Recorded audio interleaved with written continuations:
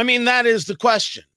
Is China arming Russia? You've got that meeting between President Xi Jinping and Vladimir Putin, two guys who, of course, you want to share a bourbon with. And the only question is exactly what's the purpose of this? Is this about China providing lethal arms to Russia so they can go about continuing the invasion of Ukraine, which isn't working out as well for them as they would like, but they're willing to throw a tremendous amount of bodies at the subject? Was this about China now grabbing a foothold in Russia to ensure that that vassal state that we've been talking about on the radio shows actually comes to be, and China gets access to, I don't know, rare earth minerals and other things that Russia has, including a tremendous amount of oil? One of the few things that I agreed with Senator John McCain on is that Russia is a gas station masquerading as a country.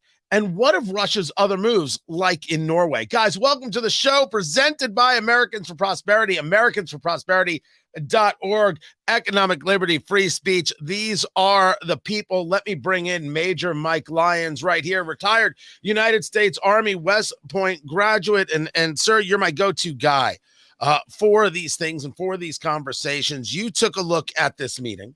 You saw what was happening. Is China in a place where they feel completely emboldened and they can say, you know what, we're going to arm Russia. We're going to provide them with tools that they need to, in their view, finish the job in Ukraine and make Ukraine part of Russia? So, Tony, I think they are completely emboldened, but I don't think it's about that. I don't think it's about, giving them more arms. I think deep down, they want Russia somewhat of a lesser military power than they are right now as well. They share that same interest as the West does. And they need Russia's fuel, they need their energy, they need their gas, to your point before. I just don't think that they send much. They send maybe some non-lethal aid. And if they do send anything, it's artillery rounds. That's really what Russia needs right now. But I don't see any Chinese weapons or any kind of other systems that are going to be sent there. Too far to get there. The world will know. China right now is trying to be the peacemaker in this thing. If you saw their proposal that they want to go forward with for a ceasefire, it's completely unsat from our perspective. It basically divides Ukraine like Berlin was divided at the end of the Second World War. But China right now wants to be the peace negotiator, and I think that's how they're positioning themselves. Wants to be the peace negotiator, or wants to be perceived as a peace negotiator because they want to further solidify their place at the table so they can then further solidify their objectives, whether it be Belt and Road, China 2025, or whatever else. Yeah, no, all of that. Belt and Road is part of it, that they want to gain more influence in the West. We know their influence is already there in Africa. They reach into South America. We can argue that violates the Monroe Doctrine on some level. We should be paying more attention to that. But China is always playing the long game here, and I think they've almost somewhat moved past Russia. I think they think Russia will somewhat implode over this. They know they can't win. They're not going to vanquish Ukraine based on what the situation is on the ground right now. So I don't see them doing anything to hurt their own standing in the world, which is that peacemaker status, which is they want to be. What you think that they're going to be giving, specifically artillery. Right.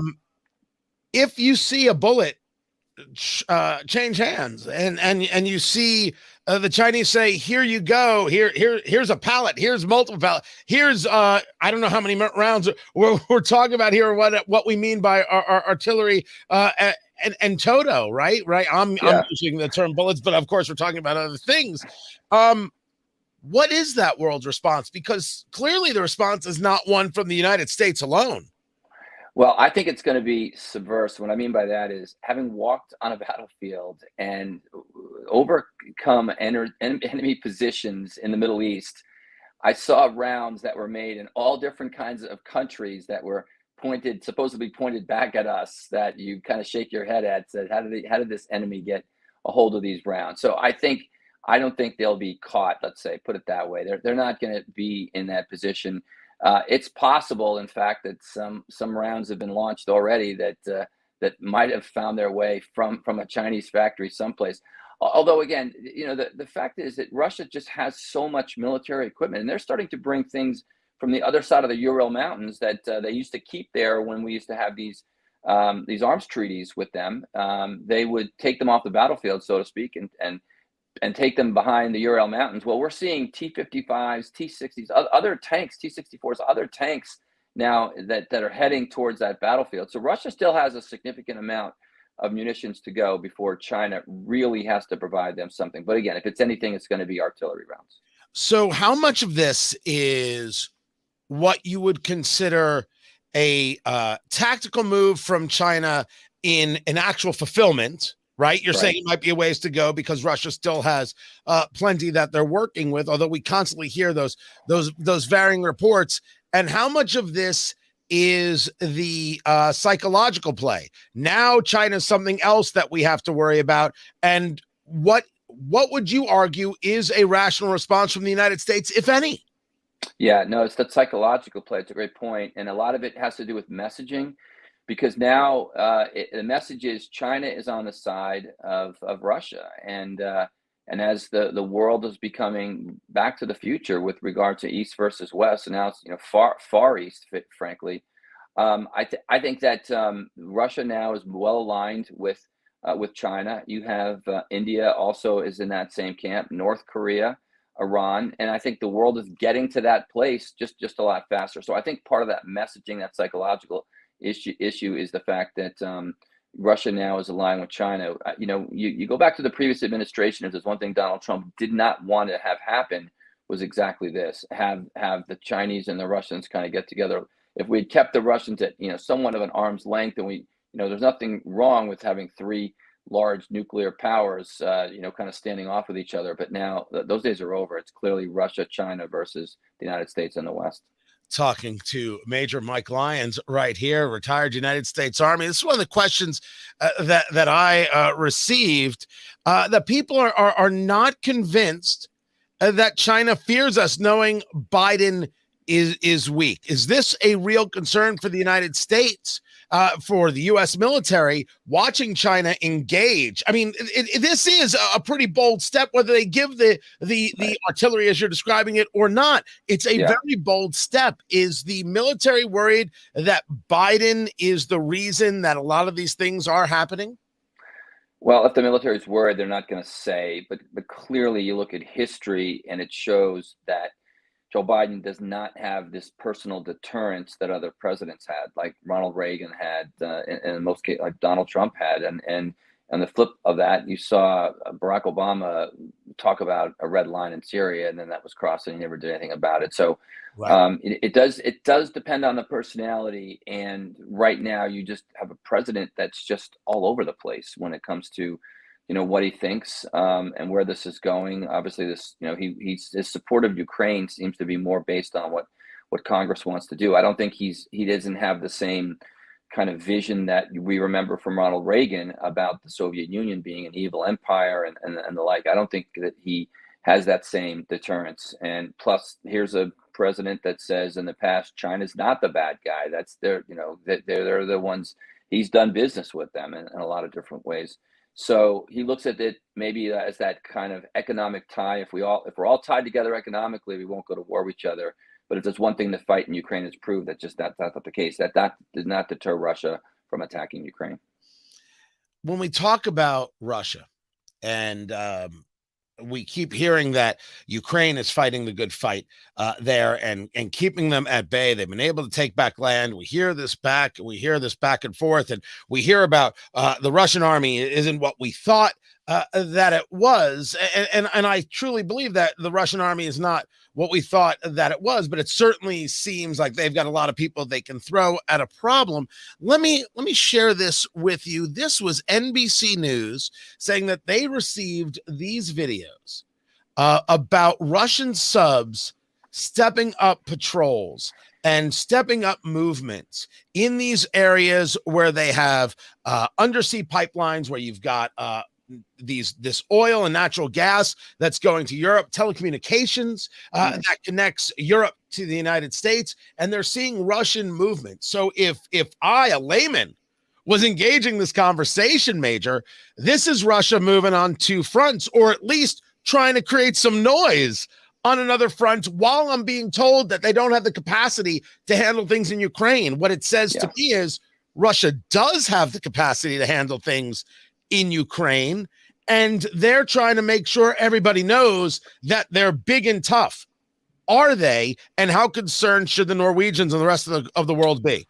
Well, again, we're seeing Back to the Future Cold War tactics by looking into things that they're testing our responses, they're testing our our reactions and response times. We saw them nick that drone we saw in the Black Sea, dumb move by a Russian pilot that could have taken his own plane down as well. But when I saw that, I think again everything is about messaging, and it's about trying to show competence and at least some part of their military. So they project it, they can't ever sustain it. We see this with their strategic bombing runs. They decide to launch 84, 85 targets we saw a couple weeks ago. Still much less than what the United States would ever fire. The United States would be firing 2,500 sorties a day at this. I mean, if we were in a conflict, there's no question about that. Now, not a year after here, we'd have. Would like to think we'd have some resolution by now. So no, I don't think that's it. I think this is just Russia being Russia and knowing where they could go at something, appear that to try to look strong. But Russian submarines are going to have no impact on this fight. Talking to a Major Mike Lyons, retired United States Army. Let's talk about appearances. Mm-hmm. A lot of presidential candidates, potential candidates, have been answering questions for Tucker Carlson at Fox News, this questionnaire about Ukraine. And when Ron DeSantis, the governor of Florida, answered the questions, he referred to the Russian invasion as a territorial dispute. Just, I don't know if it was today or yesterday, coming out to say that Vladimir Putin is a war criminal. Is this, in your view, a bit of backtrack? Is he trying to reposition because maybe calling it a territorial dispute laid a question to Americans about whether or not he's fully prepared and engaged to handle these kinds of conflicts? Did he, as I think his team wants to describe, not give an answer that was full and complete? When you saw Governor DeSantis's statement, what did you think, and what do you think now? Yeah, frankly, I liked his first statement. I wouldn't have changed it. Frankly, it is a regional conflict. That's exactly what's happening there. It's a regional conflict. It's a border conflict between two states that exist that share the same border. It does come down to that. So, and he did say that it's important for the United States to remain focused on U.S. interests. And I think that's true as well. And I think, if we're trying to get to this question as to whether we're going to continue to support them, obviously there's the NATO countries, and in the West, there's still an appetite to do that. And the United States leads with regard to training and equipment and everything that we can get there as fast as possible. So now the second piece, though, when he added the war criminal, I think that becomes now more of an aggressive tactic that it was unnecessary. It didn't have to be said. It's clear that that Vladimir Putin and the Russian military have committed war crimes there. But that's going to be settled once this is over, and that's how wars work. They don't, the winners end up prosecuting and end up determining what the war crimes are. So I think that it was just unnecessary for him to do that. Maybe he did it for some kind of a voting base. Maybe he did it for politics. But Ron DeSantis seems to be pretty smart, and I think this first response was just fine. But you didn't have issue with him referring to it as a territorial dispute. No, I've said that all along. It is right now. It is a territorial dispute. It doesn't involve NATO. It involves two border countries. It is a territorial dispute. I don't necessarily project it as something that takes it all the way through Western Europe at this point. It is, because if it wasn't, then we'd have European nations in there fighting on the side of Ukraine. So, but that to many people takes away from the idea that it's an invasion. Is your argument it's different, or that it can be both at the same time? Oh, it could be both. I mean, first of all, Russia's been in Ukraine since 2014. This started back then. They own Crimea. They have most of the Donbass region. I'm confused as to why they decided to invade, because they had 20 to 30% of the politicians already that were in the Ukraine parliament that were already aligned with Russia. So they kind of tried to control the country before this has even happened. Now that's all out the window, obviously, as they use a military solution. That wasn't good enough for Vladimir Putin. But no, it's clearly a regional conflict, and that needs to stay a regional conflict. And right now, again, it's a come down to a war of attrition. Neither side will vanquish the other. And if for Ukraine to win, it's likely they're going to have to recreate a new border. If that's going to be the case, they refuse to do that right now. Russia refuses to stop fighting because they don't have to. The wars were won on the battlefield, and right now that they don't threaten Crimea. They don't do things that they could do. So the war rages on. Major Mike Lyons, retired United States Army. I appreciate you taking the time to hang with us to share the thoughts. You like the video, you like what we're doing, don't forget to subscribe on Rumble, rumble.com/Tony Katz. You're here, just click subscribe. If you're watching on YouTube or anywhere else, head on over to Rumble and subscribe. Would greatly appreciate it. My thanks to Major Mike Lyons, and of course, my thanks to Americans for Prosperity. My sponsors, AmericanForProsperity.org, economic liberty, free speech. Absolutely love what they do and how they do it. I appreciate you guys, and I will catch you next time. Take care.